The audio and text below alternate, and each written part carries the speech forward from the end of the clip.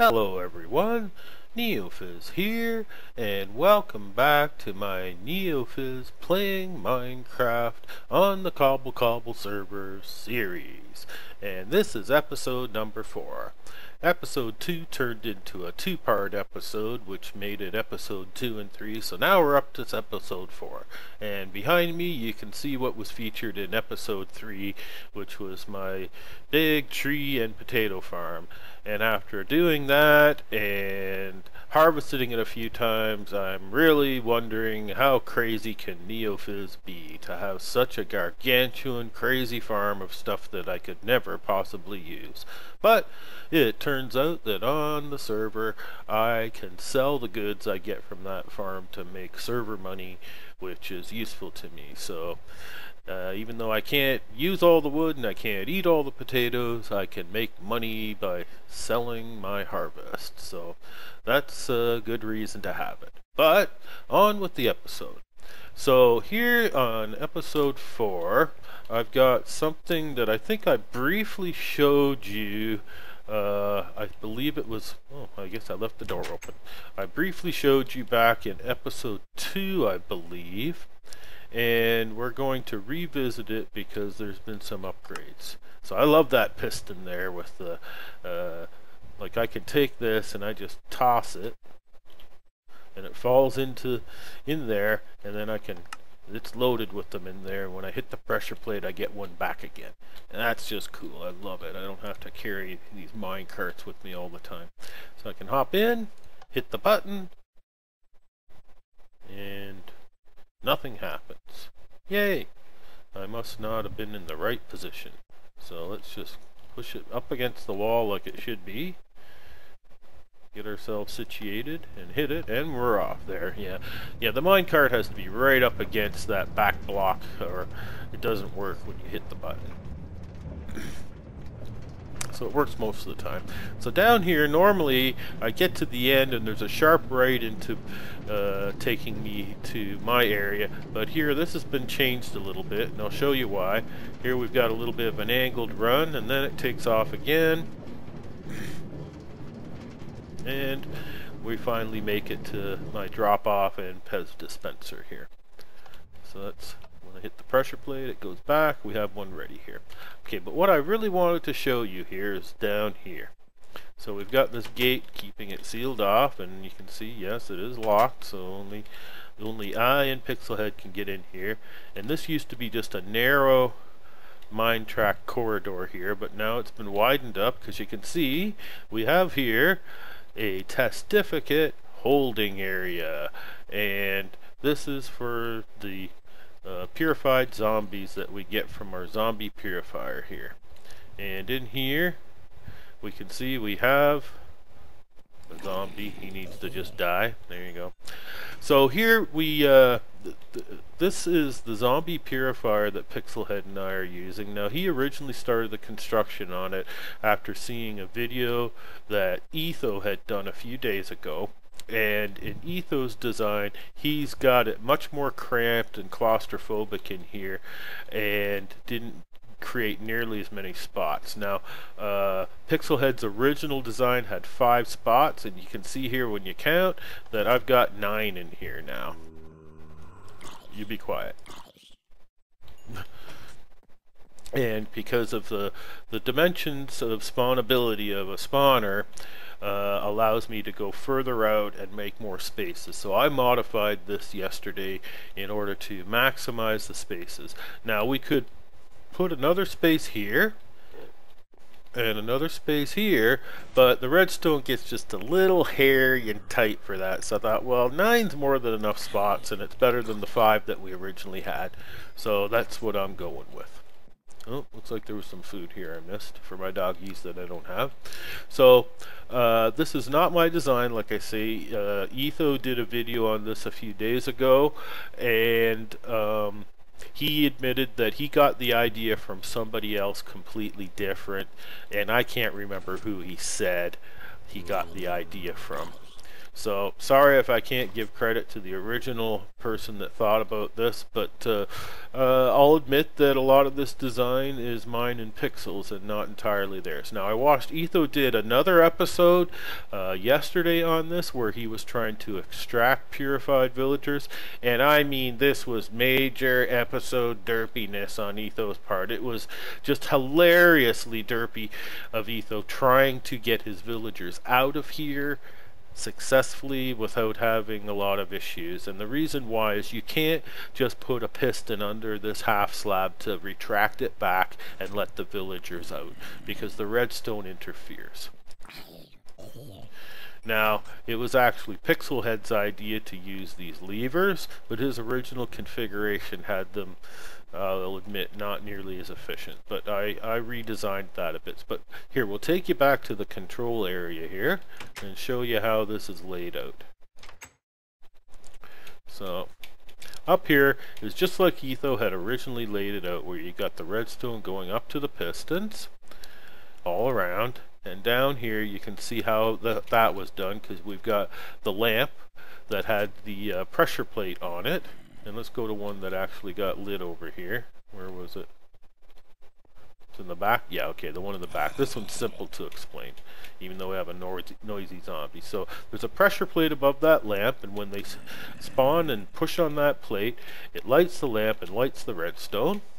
And then that comes up and releases the redstone current on the piston, so it retracts back to let light in that area so they can't spawn anymore. Now Pixelhead's idea was to have the lever that's on this block here, and this redstone down here leads with the repeater up to the same spot that the lamp is hitting the redstone with. So when we flip the lever, we can keep the piston retracted while we deal with the testificate after we purified them. Let's go see if we actually have one to demonstrate this with now. Anybody? No, we still don't have one, so we'll kill these guys all off, and hopefully one will spawn soon so we can demonstrate exactly how this is being taken care of, because we've got this down to like a fine art. Actually, while I'm waiting, maybe I'll grab the supplies I need, because we have our supplies area here. So we're going to need a minecart. We're going to need, obviously, an apple. And we're going to need... Oh, I ended up with all the apples? How did I manage that? I think my mouse is derping out on me. Look, it's multi-clicking and stuff. There. Jeez. We're having fun with the mouse today. I think it's getting too moist here is what our issue is. Okay, and we need one of these bottles, and we will be needing some spare minecart tracks. I won't need to eat for a bit though. Okay, we got a candidate yet? No, we don't. Okay, what I'll do is I'll pause the video here and we'll wait until we actually have a candidate to demonstrate this with. So hold on and we'll be right back. Okay, we're back and we've got a zombified villager here to work with, and while I'm working with him I'm going to flip all these so no more of these guys spawn while I'm trying to do this. Excuse me.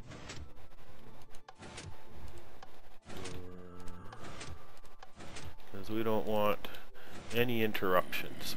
So basically what I do here, we obviously throw the potion of weakness at him, give him his medicine apple. Oh, did you see that? I got an experience orb when I did that. I never noticed that before. Or wait a second, maybe I'm just getting an orb from some weirdness here. Okay, so while we wait here, we can work on what we need to do here. I'm obviously going to need a minecart, but what I need to do is get all this stuff out of my way, or at least this part of the stuff. Oops. Yeah, well, the light will come in so nothing can spawn in there anyway, and that's what we want. So I need to put the card in, like so, or the track that is, and we will patiently wait here for this guy to do his thing. And there we are. We have a actual villager now to work with. So what I do here now is I'll lay down my minecart, I'll come up and I'll give this a whack, lay down some more track, give it a push, and they pop into the cart. And then that usually happens, so what I'll have to do is I'm going to knock out, I need an axe, knock out this that's in my way and get in behind and push them out. So push, push, push, and get them up to, oops, don't want them going too far, up to this point here where I'm going to put them in place. Oh, we're going to run back and get them before she runs away on me, and push her again, and she gets right into the slot, and you can see she goes right through the glass block without even being harmed. So there we are. Now I can knock the minecart out from under her, take out the extra track that doesn't need to be there, and put this in. So basically the plan is eventually I will select villagers here to create a village with, and that's why we have this other track. So we'll come up to this point here, I can flip the switch, that'll make the track go this way, and I have another switch down here that switches these other two tracks. So they both switch, because this one's hooked up to redstone that goes underground and leads up to that one, so they both switch. And I'm going to actually put a stairway up here that goes up to the top of my mountain where I plan to build a village. So that's the fiendish plan that will eventually be carried out. And eventually this villager will stop glitching through the blocks and actually stand up like the rest of them here. They aren't being hurt when they're doing that. It's just a weird glitch in the game, you know. We get more than enough of those. There we are. So now she's safe and sound, standing in place, waiting. So you can see we've got lots built up here already, and pretty soon what I'm going to do is build myself a village up on top of my mountain, and they will populate it for me. So I really only need a couple villagers to do that, but the more the merrier, you know. So I'll probably have more than I actually need in order to do this, but Pixelhead and I are sharing them. Yeah, we like to share. So we're gonna have more villagers than we know what to do with eventually here. The holding area is almost full, and this is holding exactly 13 villagers, I believe. 1, 2, 3, 4, 5, 6, 7, 8, 9, 10, 11, 12, 13, oh, 14, okay. I thought we had the lucky number 13 here, but it's actually 14. So, and that's that. So when I'm done, I can put away the excess stuff that I don't need anymore. There we go. And I'm all set to continue on with everything else that I'm doing. So there you go. We've got our modified villager or zombie purification area here. That was a spin-off from the one that Etho had done, and we can make lots of good villagers out of the deal. So we don't have to actually get them from villages. We can actually just make them ourselves and put them in place using our mine carts when we need to. And we've got a good system in place for getting them out of the purification area and off to where we need. I know Pixel's already pulled a few out to his island and put them into special situations, like I think he's got some kind of stores set up that they look like they're tending the stores with them standing in there. So that's kind of cute. Okay, so I hope you enjoyed this brief episode of me showing off our zombie purification area here, and thanks for coming by. Everybody take care, and until next time, this is Neofizz signing out.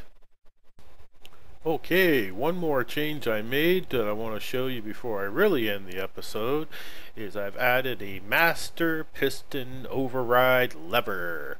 So now I flip that, I can close and open all of the pistons at once. I still have the individual ones if I want to make use of them, but when I'm dealing with a villager that needs to be purified, you noticed I had to go through and flip all the levers just to cut the confusion.